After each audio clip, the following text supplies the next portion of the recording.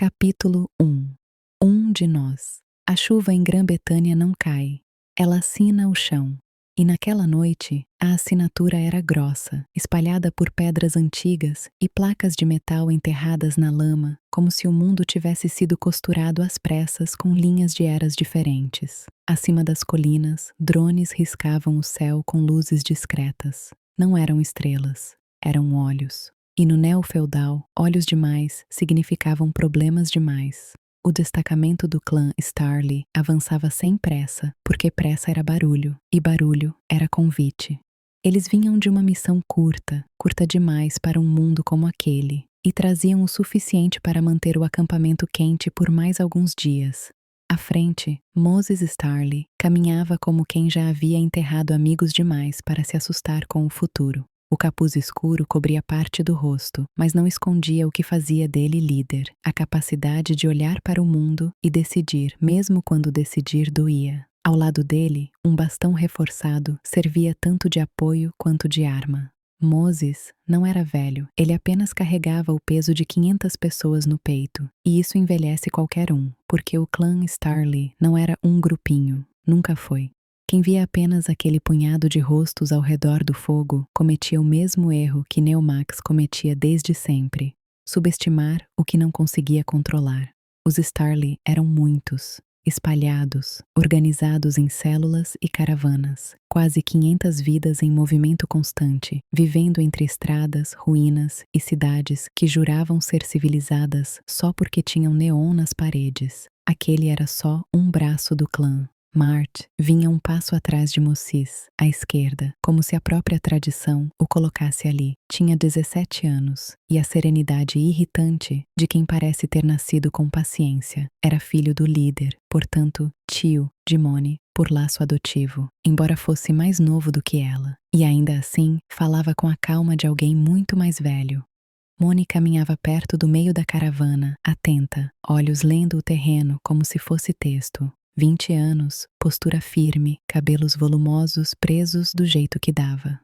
A roupa do clã caía sobre ela com camadas de tecido resistente e couro reforçado, uma mistura de tradição e necessidade. Cada membro usava a vestimenta de um jeito. Era uma espécie de língua interna, a mesma base, 1000 sotaques. Bárbara ia do lado de Moni, leve demais para quem já tinha visto sangue suficiente. Cedric vinha logo atrás, mexendo em uma peça metálica como se não conseguisse ficar em silêncio, nem por dentro. Hernan, o veterano, observava o mundo com o desprezo calmo de quem não se encanta nem se assusta com facilidade. Moni sentiu o frio antes de ver. Um dos drones fez uma curva mais fechada. Ela levantou o olhar. A máquina não desceu, não atacou, apenas passou como um animal que marca território. Ainda assim, Moni percebeu o detalhe que sempre separa sobreviventes de vítimas. O drone estava mais próximo do que deveria. Mart notou o mesmo. Claro que notou. Vale, ele disse como quem comenta sobre o tempo. Moses não perguntou por quê. Ele já sabia. Pelo vale, confirmou, e a decisão correu pela caravana como um comando antigo, sem necessidade de repetir. Desceram entre árvores tortas e pedras cobertas de musgo. A chuva virou cortina, abafando passos e pensamentos. Ali, os Starly desapareciam do mundo do jeito que sabiam, não lutando contra os olhos, mas saindo do campo de visão. O caminho pelo vale era mais longo, mais difícil, mas oferecia o que nenhum atalho dava: invisibilidade. Quando o acampamento surgiu, pareceu que o mundo respirava diferente. Tendões de corda prendiam lonas baixas, luzes mínimas evitavam chamar atenção, e a fogueira era protegida como se fosse coração. Ali, tradição não era romantismo, era técnica de sobrevivência. Moni soltou o ar devagar, como se tivesse guardado o fôlego a noite inteira. Foi até as próprias coisas, tirou a luva e tocou o colar por instinto. O pingente era pequeno, discreto e ainda assim pesado como destino, um símbolo gravado, antigo, que ela carregava desde bebê. Ela não lembrava do dia em que o recebeu, só lembrava que sempre esteve ali, frio contra a pele, como se nunca se acostumasse com o presente. Moses viu o gesto. Os olhos dele passaram pelo colar e voltaram para o rosto de Moni. Não disse nada, nem precisava. A mãe adotiva de Moni não estava ali para dizer: deixa isso. estava longe, em outra missão, liderando outro grupo. A ausência dela era um espaço vazio no acampamento, um espaço que Moni fingia não sentir e que Moses fingia não notar. Mas eles sabiam, todos sabiam. No clã, fingir era apenas outra forma de aguentar. Treino? Bárbara perguntou, tentando quebrar o clima. Matt respondeu primeiro, com a calma habitual. Se o corpo esquecer, a estrada lembra. Moni soltou um sorriso curto. Olha quem fala, meu tio filósofo. Mart arqueou uma sobrancelha, sem perder a serenidade. Respeite seus mais velhos. Moni olhou para ele de cima a baixo. Eu sou mais velha que você.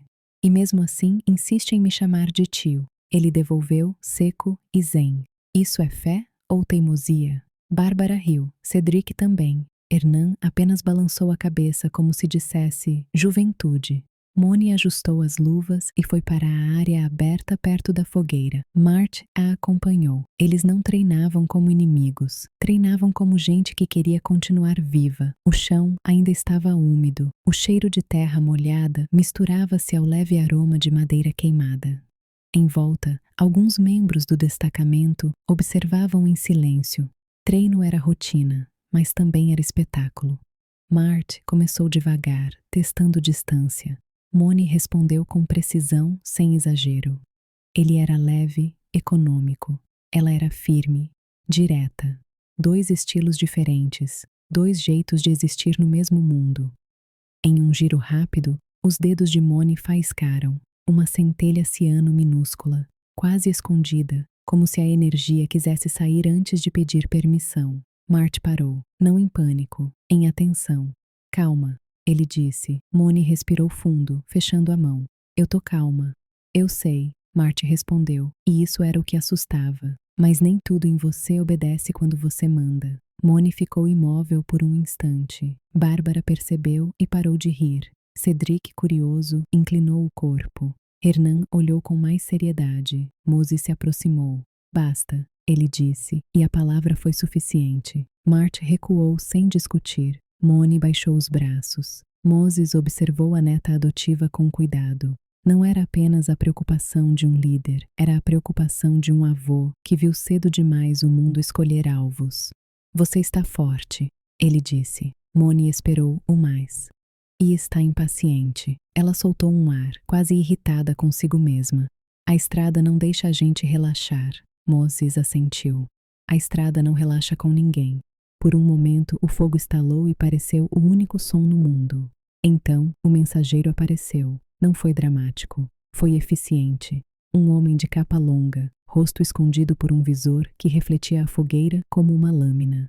Ele estacionou uma máquina de 2 rodas coberta de lama, como se a lama fosse camuflagem. Ele não olhou para Moni, não olhou para Mart. Foi direto em Moses. Clã Starley. Moses não fez cerimônia. Você está falando com o líder. O mensageiro estendeu um cilindro metálico. Proposta. Pagamento adiantado. Urgência. Moses pegou o cilindro, abriu. Dentro, um selo e um nome. William.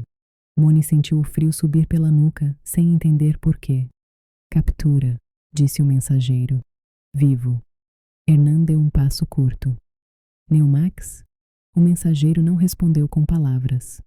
O silêncio dele confirmou. Bárbara apertou o cabo da faca. Cedric parou de respirar por um segundo. Mart observou o cilindro como se pudesse ouvir a história escondida ali dentro. Moses fechou o recipiente. Por que nós? O mensageiro hesitou, um fio de tempo mínimo. Por que vocês voltam? Ele disse. E por que vocês têm reputação? Mart inclinou a cabeça. Reputação não se compra. Eu não estou comprando reputação. O mensageiro respondeu. Estou comprando resultado.